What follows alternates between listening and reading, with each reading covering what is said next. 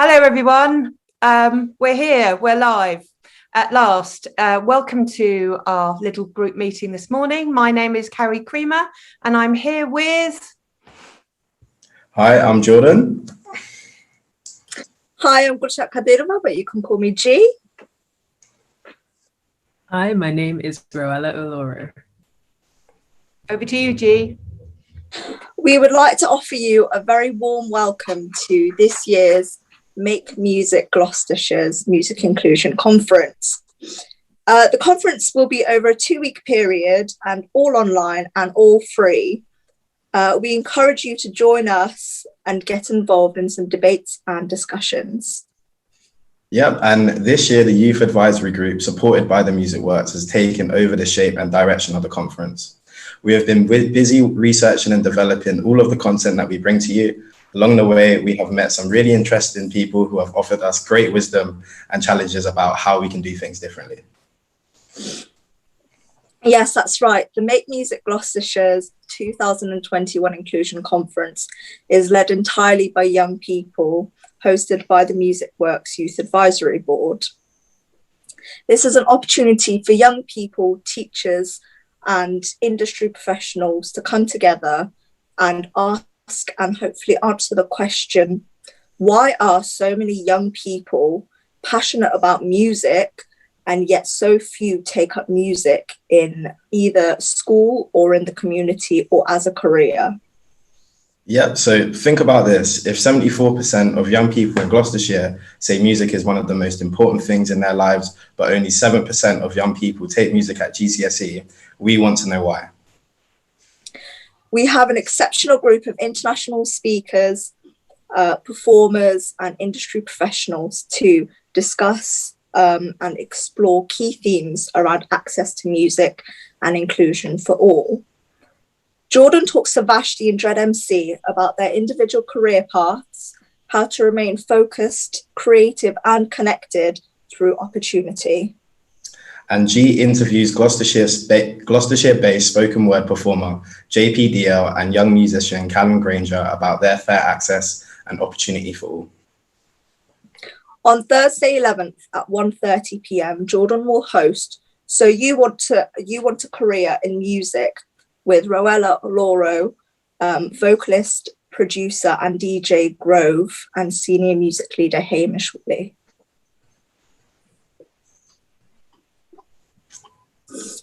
And I will be conversing with disabled artist Phoebe Kemp, as well as musicians Ben Pollard and Harry Philcox, about their involvement in music and the arts career paths, disability challenges and opportunities.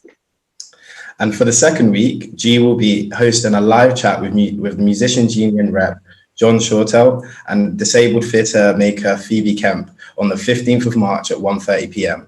But let's not forget that on Wednesday, the 17th at 4 p.m, there'll be a Teacher Share Best Practice event. There is even a speed networking professional development event where we encourage debate and discussion around inclusion. That's at 4 p.m. on the 18th. And on the 19th of March, at the conference closer, both myself and G, along with Roella, will bring recommendations about how together we can make music more inclusive for young people in Gloucestershire. Yeah, there are really exciting things happening over the course of 2 weeks. But right now, we have our keynote speaker, Roella Oloro, who is here with us. Roella is a British composer and multi-instrumentalist of Nigerian and Jamaican descent. Her early musical home was in the Pentecostal church, playing piano in regional gospel choirs around Southwest England. Teaching her to play piano by ear alongside her classical training piano, clarinet, alto saxophone, and bass guitar. Roella, could we please start by asking you to share with us your journey into music? Okay, so I'd say music came into my life since before I was even born, really through gospel and through the church. So my mum would literally, she was going to church like from before I was born, and like it was amazing. And yeah, since that's kind of like definitely the first place where I grew up around music was in the church. And yeah, so that's the first place. And then alongside that, like when I actually started playing was, well, playing piano at 4. We've always had a piano in the home that like my nan decided to bring in, and we always had it around, but like no one was really got into it until one day I just kind of got on it and was like, you know what, I'd like to learn this thing. I'd like to know what's going on. And yeah, my mum gave me my first few piano lessons, but then I actually officially started lessons with a classical piano teacher around the area. I could just about remember her name. I think it's Catherine.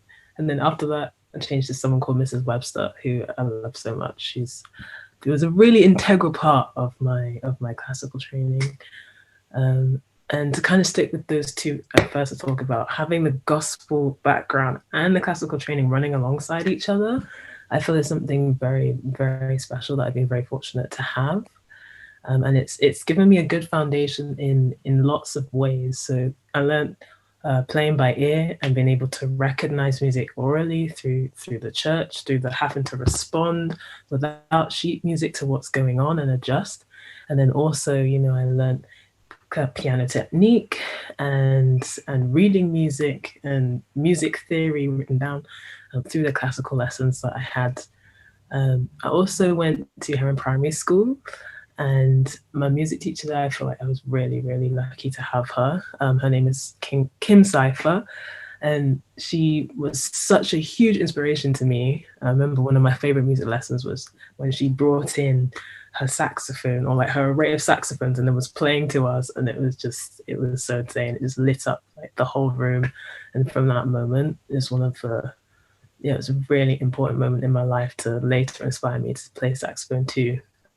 And another success story, Kim's actually gone on to start her own band and do her own music now, and has been gigging around London, and even got recognition from further ashore, from the Herbie Hancock Jazz Institute, I think, in America. So I was super proud of her for that. So go Gloucester. Yeah. And then my secondary school was Robeson Hall High School. There I literally, music was definitely just like my thing. Like throughout the whole experience, I did GCSE music and later A-level music. And I was kind of always known as like the jazzy one, the one who loved jazz, because kind of like my gospel roots led me towards loving jazz as well. And yes, I just kind of found that was like, it was kind of quite uncommon, like in my school, for someone to love jazz the way I did. Yeah, and also, whilst I was in Gloucester, I was part of the Gloucester Youth Music programs, so the Gloucester Jazz Orchestra, the Youth Orchestra, and the Wind Orchestra. Just really wanted to like get my hands on as much as possible, just meet as many new people as I could. And some of those trips, some of the music trips we did, like form like some of the best memories like I've ever had, and they're really near and dear to my heart. In terms of where I'm at now, like for uni, I actually studied for 2 years in London, and then in my second year, I got a full tuition scholarship to study abroad at Berklee College of Music in the States. And that the whole time has been a crazy ride. Like it honestly blows my mind every single day to that this has been in my experience, and I'm so like glad to be able to share with people. And as it's still ongoing, because chapters are still being added to the story. I'm currently in London at the moment actually, but still studying online at Berklee, and that has presented interesting challenges in itself, just with the logistics of how that works. So we can get into that. But yeah, that's a little bit of my background. Thank you. Wow, that's really interesting. And I just kind of wanted to ask you about, could you talk about celebrating differences and how important that is to you? Yes, so celebrating differences is such an important thing to me, especially as someone coming from the BAME community and being a minority, or like kind of caught in the intersectional crossing between being both Black and a woman. Like in whatever musical space I step into, it's something that that people aren't used to, that they're not used to seeing, that they're not used to seeing me excel, because they're very used to just one vein of what success in music looks like. And that's definitely something that I'm learning more, seeing more and more every day as I move through the music scene, recognizing more and more. I'm very aware of, in the sense of when I'm trying to put bands together myself, I'm very aware of wanting to bring together people from all different areas and sects of society, and many people from different ethnicities, because there's something just so special when like all these different cultures come together to make music and to add what they have to add to the table. And the thing is, like, everyone's stories are so unique and so beautiful to hear, and can only be, you can only get that rich tapestry and that rich color from having loads of different people at the table. It's such an important thing. Like, that's when, for me, definitely, like, the music reaches new heights, is when you see loads of different people at the table.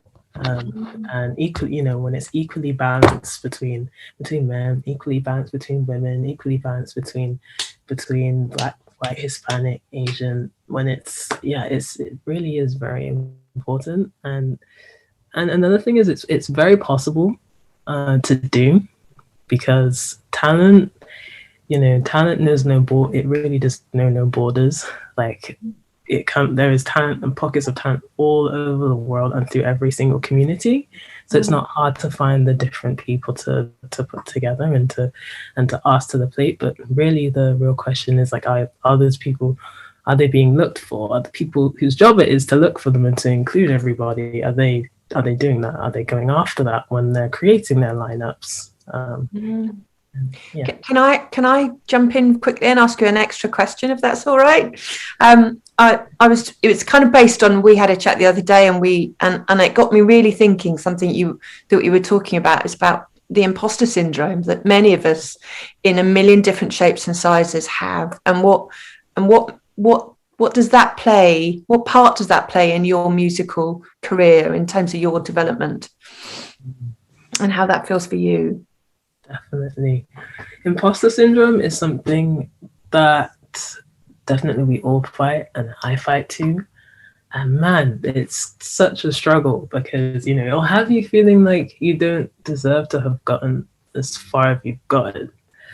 And, feeling that even though this is how other people interact with your talent, when you interact with it, or when I'm interacting with it myself, I'm still like seeing what I need to improve, what could be better, and because I hyper focus on those things, and not enough on like how I am moving forward, it can be very easy to get lost in the imposter syndrome of like, oh my days, like I don't feel like I'm good enough still, and yeah, definitely. Like, it's quite interesting, actually. I was having a conversation with one of my really close musician friends yesterday about this, actually, about how we feel overcoming the imposter syndrome, because I feel like it definitely acts as a blockage to creativity as well.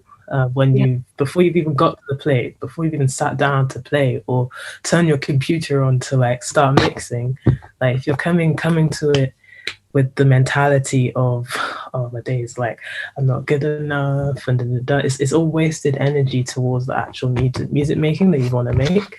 And I find like my way through that is to kind of try and quiet down those like kind of nitpicking voices, and like remember and pinpoint what it is that makes me curious about the music. Like, what is the new thing that I want to learn specifically that day? Like, it doesn't have to even be like a whole big theory. It can be just like just one song or one group of chord changes that I've just always wanted to know how they work, and just kind of daring myself to go after it on that day.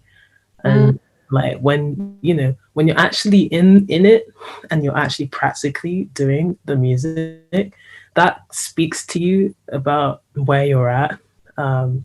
And like, yeah, definitely for me, it's like just kind of the wake up call to like, no, you can do this. There's a reason why you are where you are, you know, and like God gave you this talent for a reason, and you're using it and you're nurturing it. So keep going and have that self-confidence. Yeah. And I suppose that's partly why I mentioned it, is because for me, inclusive practice and the imposter syndrome of feeling like you shouldn't be in the room, or you question whether you are entitled to be at the table, is something that's really important to have a conversation around inclusion. Is where does that even come from? Where does that notion that many people have, and it'll lead on to your question, but many young people have around feeling that they shouldn't be in that room, learning that thing, taking part in that thing, filling out that form, joining in some shape or other. And it really struck me from our conversation the other day that that's a really important part of inclusive practice, is to have a conversation about that as much as anything. I'll lead you on to G's question. G, over to you. Thanks, Carrie. So my next question for you, Rowella, is why do you think that so few young people engage with music in formal settings such as education? The reason why I think that's the case is because what is being offered to young people through school a lot of the time is mainly just classical music. And obviously, you know, there's nothing wrong with classical music. It's a beautiful art form, but there are so many more genres out there. And youth of today are really interested in a plethora of different music types. And I think, you know, to be able to keep their interest and to show them that music is, you know, it's valid to have different tastes, to have an eclectic taste, to be into rock, to be into jazz, to be into pop, to be into indie, to be into soul, that all of those are valid, valid desires to go after in music, is something that I don't think is really reflected in the music curriculums in our schools, like particularly in the UK. And because of this, it can turn people off from a young age from pursuing it. And I think also with the a notion that comes with classical music learning as well, is this, you know, the stigma around if you can't read, then you can't do music. For example, my own mother, actually, this is something that we would talk about when she's talking about how when she grew up, this was one of her worries, was that like she could never consider herself as a musician, or good enough of a musician, because her sight reading wasn't very good, and she thought that that's what you needed to excel in music. And that's really, you know, that's really not the case. There's so many different ways to learn the music. Like, it doesn't just have to be through reading. It can be through, you know, orally through doing it. It can be through being taught by mentors and visually learning. And like, I know earlier last week we spoke on the call about learning through YouTube, and those are different resources like that. Like the learning in our school curriculums like should be able to branch out to including that now, and to showing that the different ways that that students interact with music, that they're valid, and that school supports that too, and wants to support them in going after the different veins they're interested in, and not just this one thing. Yeah. Do you think that I suppose it's a kind of a feedback question almost, but do you think that some of the reluctance to spread the offer is based on time, is based on knowledge, but what do you think that is based on in terms of spreading the offer of what is available? And I know some schools are really pushing themselves to offer different things in terms of music, but have you got an idea of what you think that might be because of something?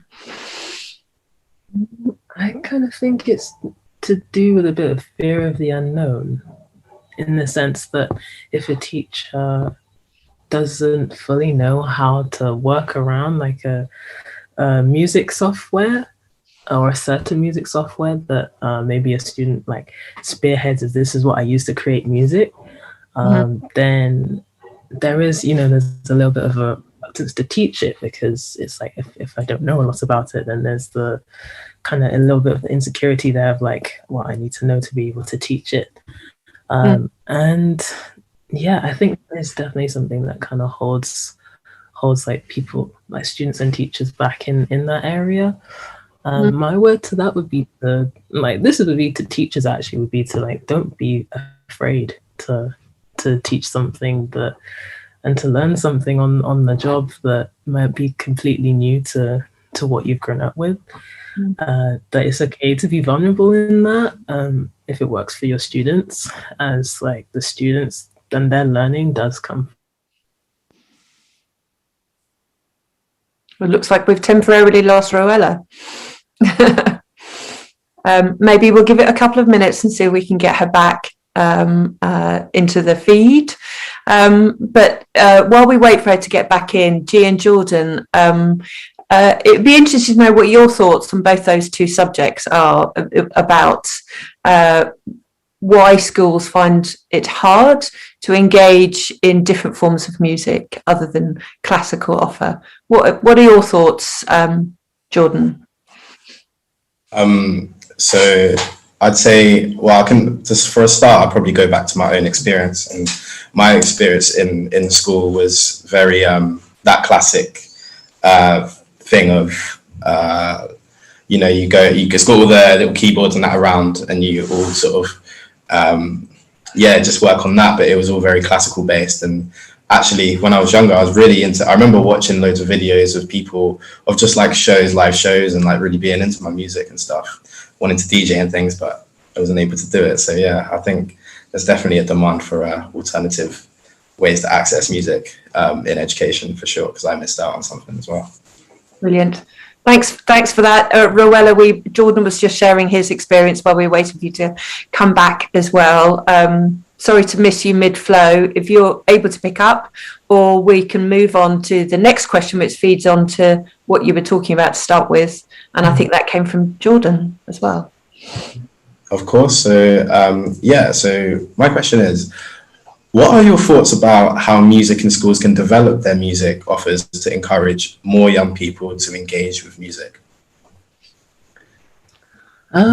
So I definitely think that it would be worth bringing in more people from the community to like do workshops with, say, for example, someone who has like knowledge of how to work a DAW or a DAW, and for them to do workshops for the children and like show them how to start making their own like really simple beats with things like GarageBand, and show them like how Logic works and how accessible it is for them, because the people are around in the communities who are doing these things, and who I know would definitely be down for coming in and sharing these skills with the children. And it's really, one thing that one mentor said to me that really stuck out to me was, it's just a case of using your resources, and they are there, the people are there, and it's basically making that effort to reach out to them, and also to ask others for advice for like, okay, how can we do this? How can we incorporate you? And also asking the children themselves, like, what do you find interesting? Like, what do you listen to, and what do you work on in your own time? And kind of building how you're going to build the course then off of that, because like no one knows what they want as well as the children do. Like, so. Absolutely, yeah, absolutely. And if I can chime in again with more sub questions, I'm curious to know, I suppose for all of you really, and particularly Roella, school staff are strapped for time, strapped for space, often for musical equipment. Often there's lots of capacity issues that are big challenges for them to overcome to be able to deliver a varied curriculum of music. I wonder what we can collectively say to them in terms of recommendations to develop some of your ideas. So do you think that offering training for teachers would be helpful for them to be able to drive the ideas forward for young people? Would help, or are there other things that we should start thinking about? I think definitely the training, like the basic training for teachers, would be really helpful. I know, for example, with the Berkeley classes that we've had to do, a lot of teachers, they're not used to working online and having to do things like ensembles online, and really quick everyone had to adjust and learn how to like create their course, like using stuff like using Logic and using GarageBand, and put files together really quite quickly. And the thing is, when actually people are kind of in a desperate situation where it's like, okay, how are we going to drive this forward? How are we going to make it work? Actually, it's in times like that you can see it's actually it's not too difficult to learn the basics of it. And really, like, especially for children, you just need to give them really the basics, and then in their own time, depending on how interested they are in it, they will continue searching for information. And but just the ground level of showing them, look, this is what's possible. You can actually record your ideas and put down your ideas in a different way to just writing out each note laboriously, stem for stem. Like you can, there are different ways to go around it, and you can learn this from young. Okay, thank you. Ian, Jordan, if you got anything else you want to contribute to that? Yeah. Sure. Like, I actually want to come at that from a slightly different angle and talk about sort of the idea that that there's very important roles that are non-musical, and sort of that it would have been very beneficial for me in particular to be exposed to that sort of side. The idea that you have people that produce the music, people that literally their jobs is to distribute it, to the marketing, all that stuff that goes in around it. Like, I know it might be asking a lot in terms of, there's, time, there's not a lot of time, and all of these resources are limited and things like that. But like, it would have been nice to know that, feel a little bit less like, oh, you have to be a musician or you're not doing music. Do you know what I mean? So yeah, that's definitely something that sort of sticks out to me as something that like a gap in my knowledge, and I kind of see consistently, like my dad still doesn't understand like what my course is, or like what I'm trying and that's purely really because like those jobs aren't really talked about or displayed for people to see and celebrated. So I'd love to see a bit more celebration of these people behind the scenes that are like really making these cogs turn. So yeah, that would be my answer to that. Okay, thank you. And what about you, G?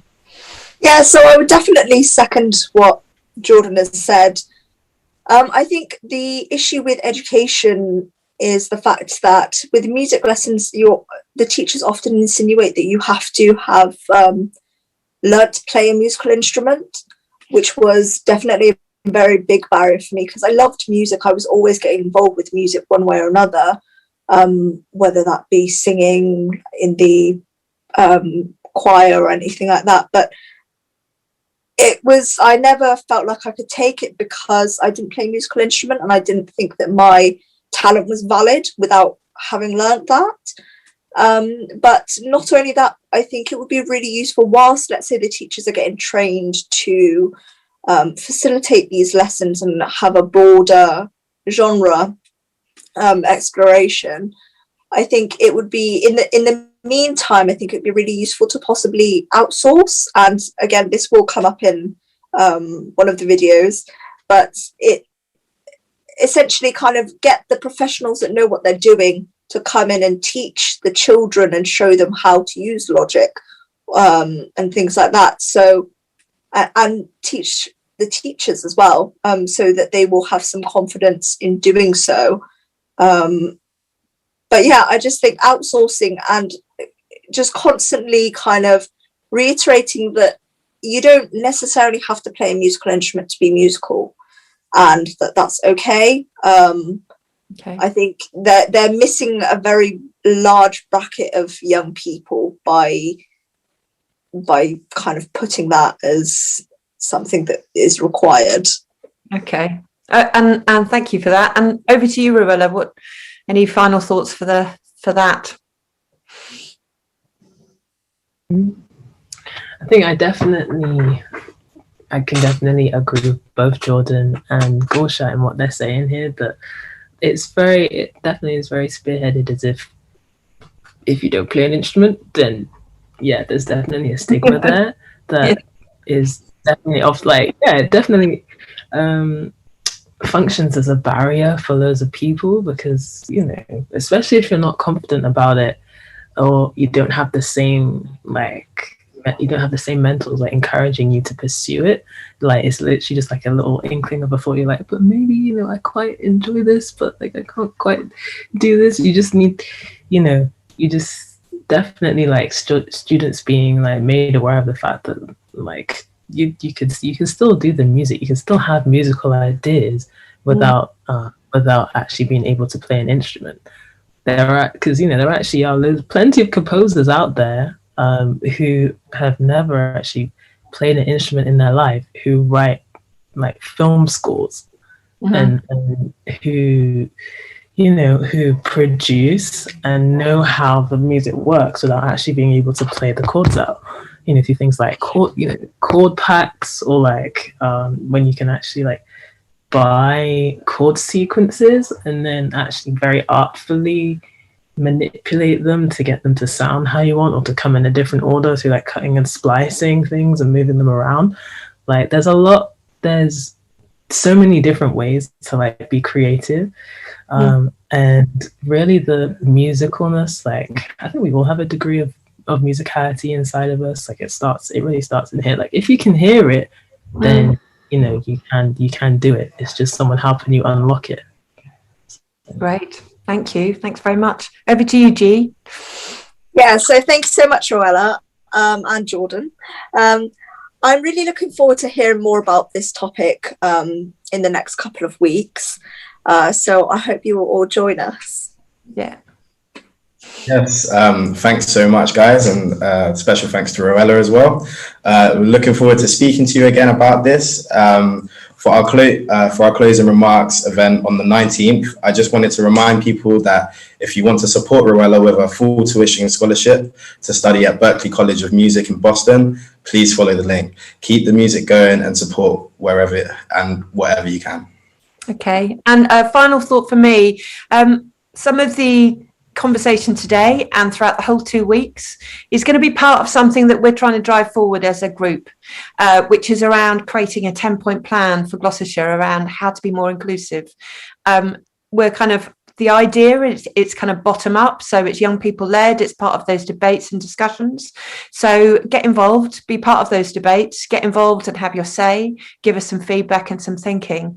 And we will put the live link on for to take you to the Berklee funding for Rowella, and please support wherever you can. But thank you so much for joining us this afternoon, and stay tuned for some more. Thanks ever so much. Bye now. Bye.